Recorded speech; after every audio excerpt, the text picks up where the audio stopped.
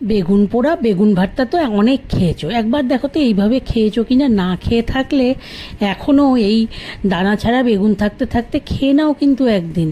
তবে জানি অনেকেই বলবে বেগুন ভর্তাকেও ভাত দিয়ে খায়। দেখো বাপু, আমি হচ্ছি ভেতো বাঙালি, সব কিছুই ভাত দিয়ে খেতে ভালোবাসি। তা বেগুনকে ছাড়বো কেন, তাকেও ভাত দিয়ে খেয়ে নিলাম। যাক, অনেক বকে ফেলেছি, এবার আসল কাজে ফিরি, রান্নাটা শুরু করি। সেই জন্য বেগুনগুলোকে কেটে নিচ্ছি।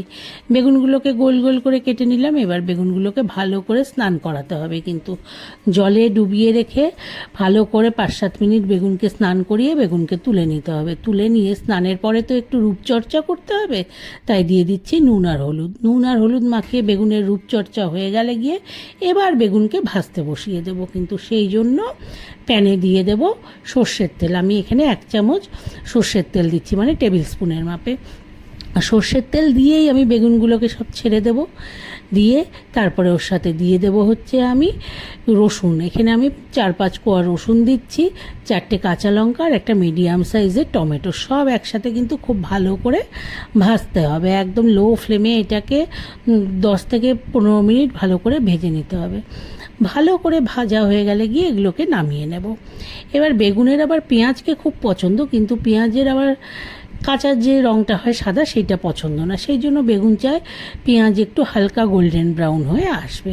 তাই এই প্যানের মধ্যে এরপরে পেঁয়াজকে দিয়ে দেব। কোনো আর এক্সট্রা তেল দেব না, কিন্তু জাস্ট এই যে অল্প তেল থাকবে এর মধ্যেই পেঁয়াজগুলোকে দিয়ে দেব। দিয়ে অল্প নুন দিয়ে পেঁয়াজকেও হালকা গোল্ডেন ব্রাউন বানিয়ে নেব, একদম বেগুনের পছন্দ মতো।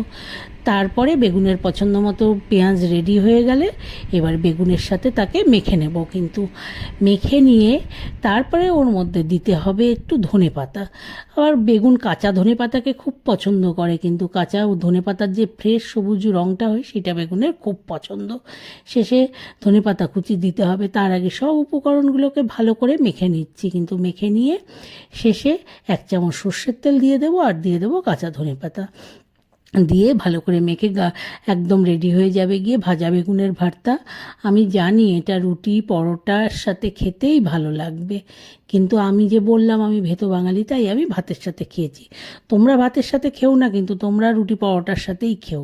এই যে সম্পূর্ণ রেডি হয়ে গেল গিয়ে বেগুন, এখন কিন্তু একদম মঞ্চে নামার জন্য সর্ষের তেল আর ধনেপাতা দিয়ে দিলাম। এখন পুরো রেডি বেগুন, এখন নেমে যাবে গিয়ে কিন্তু মঞ্চে।